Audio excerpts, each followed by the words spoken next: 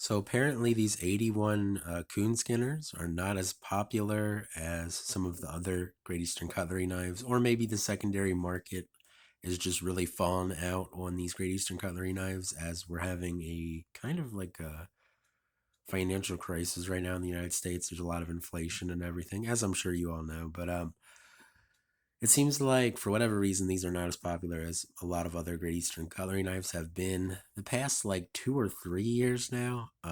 So I managed to get another one of these, which is unusual for me. Normally I only get one of the runs that I really want. Um, but I managed to get two of these from Collector Knives in these. This is the Coffeehouse Acrylic. And the reason why I got two of these is I'm gonna hope that my girlfriend likes this, and I'm gonna hope that that can be her first Great Eastern cutlery knife because she has kind of gotten into the idea of having a pocket knife. These might be a little big for her, but we'll see how she feels about it. I do think it is a really like good looking knife, so I'm hoping she'll like it. I just don't know if she'll carry it or whatever, but I'm hoping she'll like it. But this one is mine. I picked out the one that I liked the most out of the two, just because that's how I thought about it. Um, but yeah, this is the Coffee House acrylic, which is kind of like this orangish acrylic, and it's got some like swirls of like a darker brown, kind of like coffee, which I thought was pretty cool. And the reason why I chose this one was it's a little more swirly than the other one I thought, which I think is cool. These came with the corset shield, which is neat. Of course, muskrat, same as the other 81 that I have, the red onion micarta one. Setup's the same, still got two muskrat clip blades. Good action on them. You got good action opening and closing. You got a little like notch there to get to the secondary blade, as I would call it, or the pile side blade. Uh, Knife, of course, from Great Eastern Cutlery, as you would expect, is well put together. There's no issues cosmetically or anything. These bolsters probably aren't as polished as they could be, but that doesn't bother me because this is going in my pocket tomorrow, so it's going to get all scratched up from keys and change and all that stuff. So I don't really care.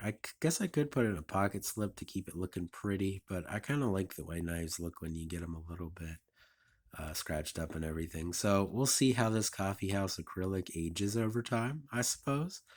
I'm hoping that it'll continue to look good no matter how old and scratched up and stuff it is. And I suppose I can always polish it back up. Um, but yeah, cool cover material, I think. I think I like this more than the red onion micarta. Although I really did like the red onion micarta. That knife is probably going to get put away for now. At some point, I probably will carry it a little bit, but I do like to have some of the knives that I like. I like to have like an extra one, so that'll be my like one in reserve for now. Kind of like my Stag 38 special that I have. It's just like an extra backup one in case something would happen to this one. It would get damaged, or I'd lose it, or I would use it to the point where I don't want to use it anymore, or whatever would happen. But yeah, this is the 81 Coon Skinner pattern. Cool knife pattern. It's on the 81 frame, which is kind of like a large Stockman frame. Um, but yeah, you have to excuse me if I sniffle a little bit. I'm sick right now.